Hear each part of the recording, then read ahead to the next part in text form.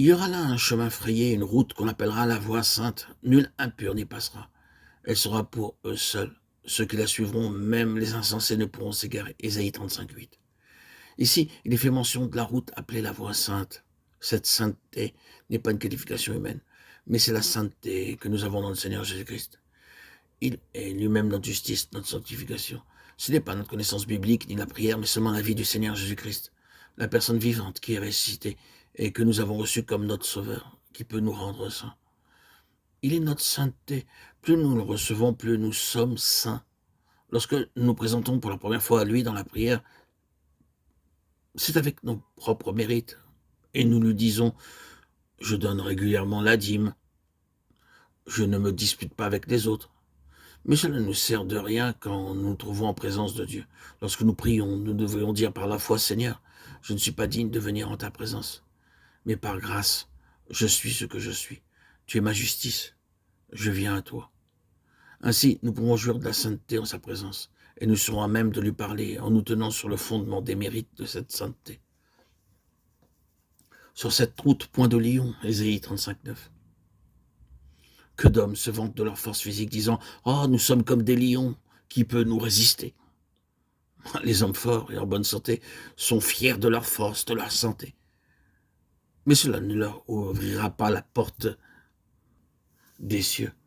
Seuls ceux qui sont rachetés par le sang précieux peuvent être introduits dans la présence de Dieu. Aucune force humaine ne peut nous qualifier. Sur cette route, point de lion, les délivrés marcheront. Ceux qui ne sont pas rachetés ne peuvent pas y entrer. Les rachetés de l'Éternel retourneront, ils iront à Sion avec chant de triomphe, et une joie éternelle couronnera leur tête. L'allégresse et la joie s'approcheront, la douleur et les gémissements s'enfuiront. Ésaïe 35:10. Tous ceux qui sont lavés et rachetés par le sang précieux de Christ ont le privilège d'entrer avec joie dans le royaume de Dieu. Bien que nous puissions être tout à fait insensés, faibles et stupides aux yeux des hommes, cependant toutes ces limitations humaines peuvent être vaincues par son sang précieux.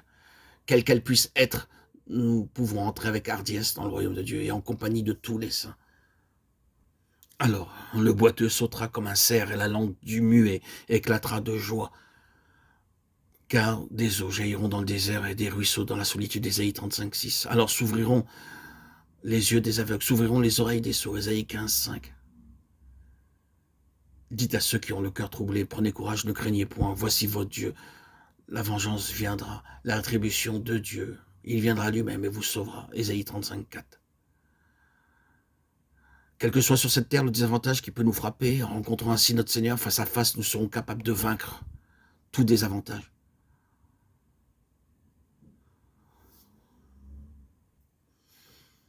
Dites à ceux qui ont le cœur troublé, prenez courage, ne craignez point. Voici votre Dieu. La vengeance viendra, la rétribution de Dieu, il viendra lui-même et vous sauvera. Ésaïe 35:4. Ce verset est notre unique espérance dans la mesure où nous nous maintenons prêts pour sa venue.